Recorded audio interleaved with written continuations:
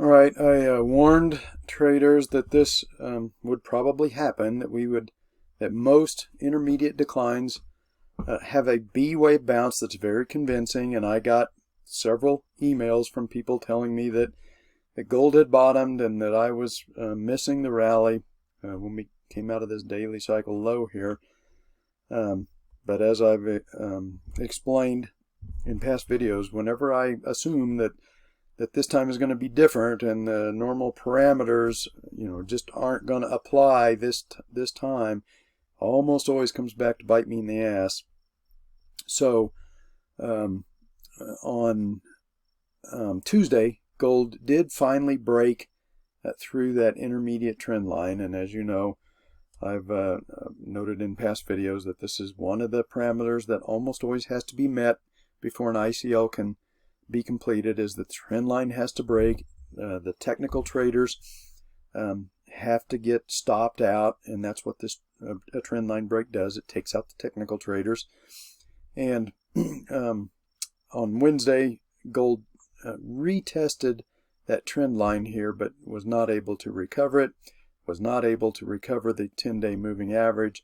We're starting to get a little follow through to the downside this evening. It's still pretty early in this daily cycle. We're only going to be on day 13 on Thursday, and they generally run between 35 and 50 days. I think this one's going to be a little short. I went over the reasons why in one of my premium reports. And let me add again that as long as gold is in the declining phase, this is your opportunity to get on board. This is where the fuel is created for the next rally.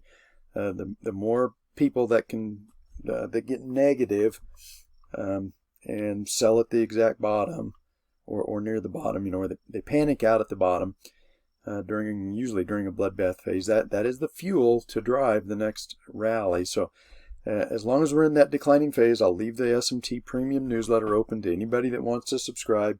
Once we put in the bottom, then I will close the SMT. I'm not going to allow people to join at the top of these rallies where their emotions finally kick in and say, oh, the coast is clear, and now I'm afraid of missing any more of the rally, and then they buy up here at the top, and then they get caught in a correction, and they sell at the bottom. So they they buy high and sell low, and even though they are correct in playing the long side, they manage to lose money on the long side during a bull move.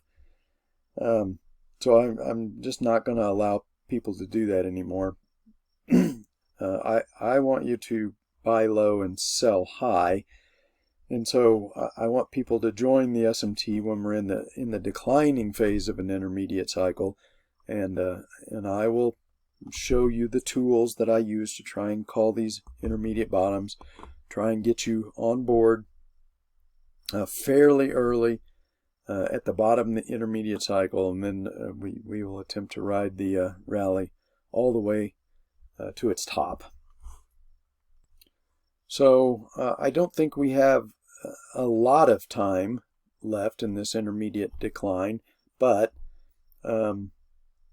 I doubt that gold is going to bottom until the end of June, maybe first or second week of July. So you don't want to be in a big hurry to try and buy at what you might think is a support zone.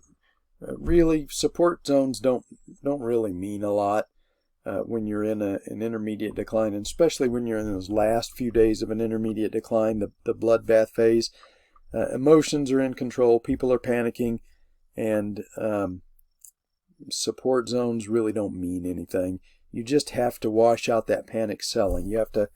The last seller has to sell, and the smart money that is watching and waiting for that's when they want to buy, is when they see hedge funds and retail traders panicking.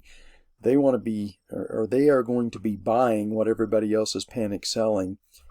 And so we want to do the same thing. We don't want to buy until we see that panic selling. And again, it has nothing to do with any kind of support or resistance zone. And usually moving averages don't have a lot of meaning either. So I would suggest you just get that out of your mind. Those kind of things aren't appropriate tools to try and call a bottom in an intermediate decline, especially in the gold market. You need to watch sentiment and some like selling volumes. You want to watch.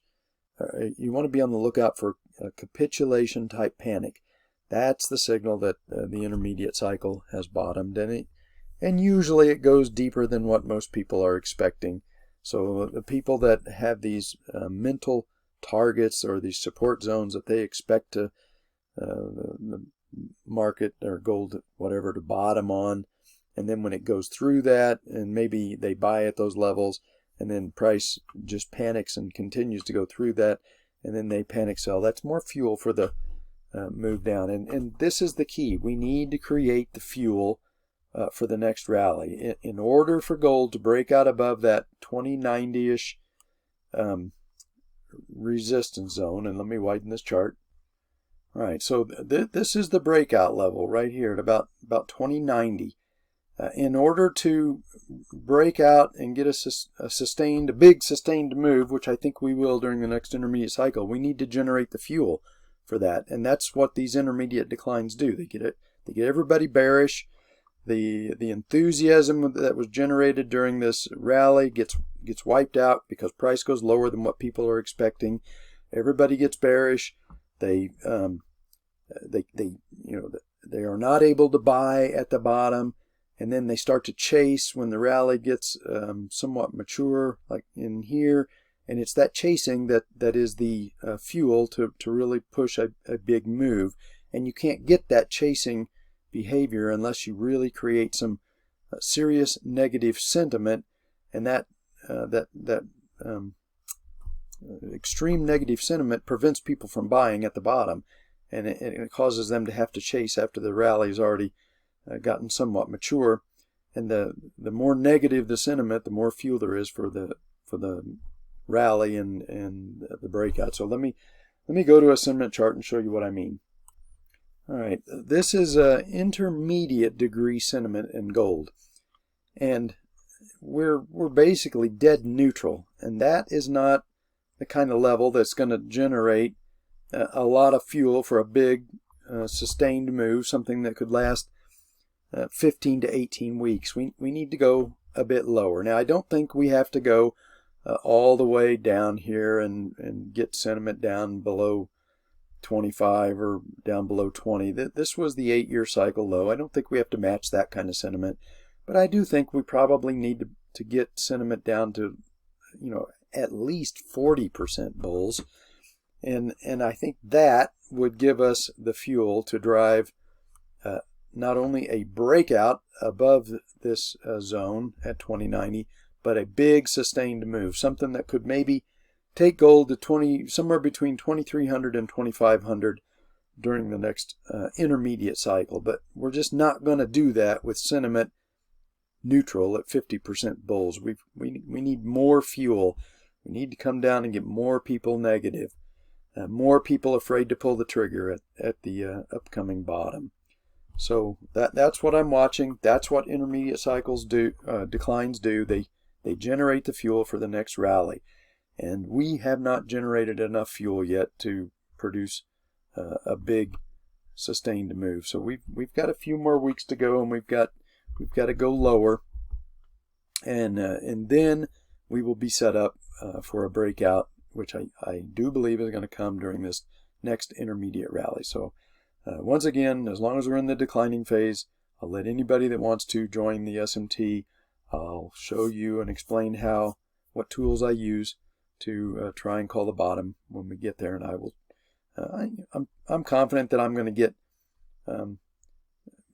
fairly close to. I won't get the exact bottom, but I'll get close enough to where you're going to make a lot of money on the next intermediate rally, especially if we can get a breakout above 2090-ish and get to 23 or 2,500. You'll make plenty of money. All you got to do is get close enough, and I will get you in close enough.